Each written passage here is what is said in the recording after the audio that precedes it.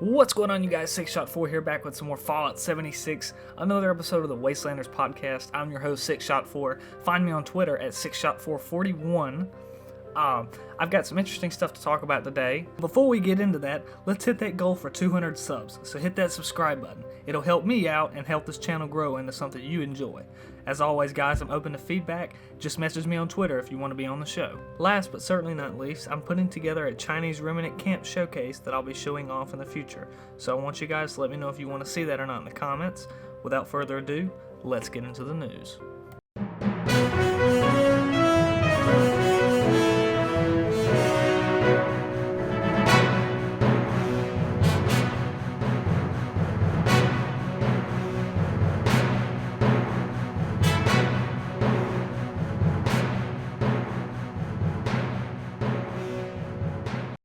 This week in the Atom Shop, it's a throwback with some small, new items, but nothing big yet.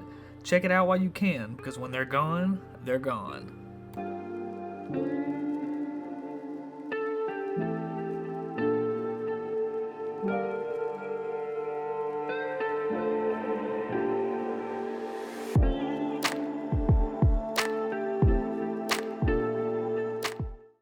In this week's Enemy Spotlight, we look at the cult of Mothman and all paranormal speculations about this group.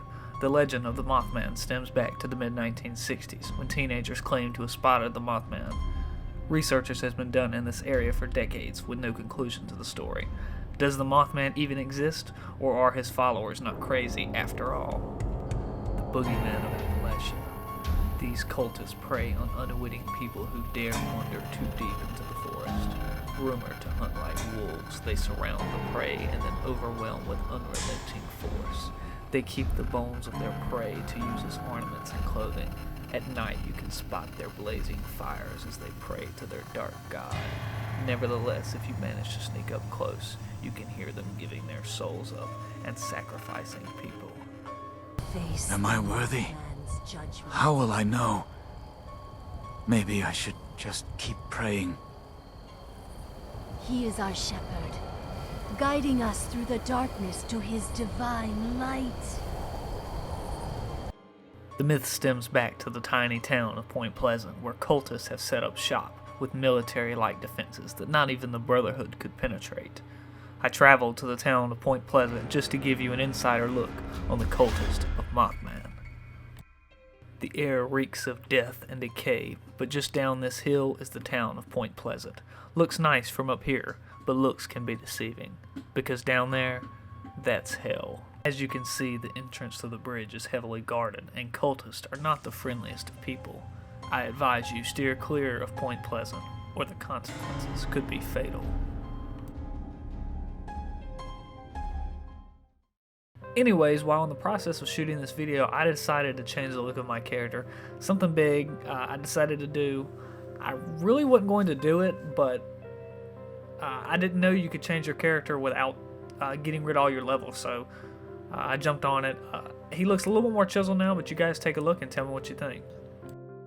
He's nothing special by any means, but I wanted to commit to this show, and I wanted to make someone with a very pronounced and likable face. I wanted to look like an old TV host or politician because I enjoy wearing suits, but I wanted to personalize Fallout 76 and make my character even more lore-friendly. I've recently moved into an unoccupied bunker in the ash heap where I've set up some pretty stout defenses and built another beautiful set for the show. If you're ever just south of the Rusty Pig, stop by for a chat and some coffee. When I'm not recording and fighting, I'm right here in my garden, working closely with other groups, like the Responders and others, to make sure no one goes unfed. If you guys want to be on the show, just shoot me a message on Xbox, Twitter, or even YouTube, and I will respond. I want to get involved and start reporting on in-game events with players in the community in big groups.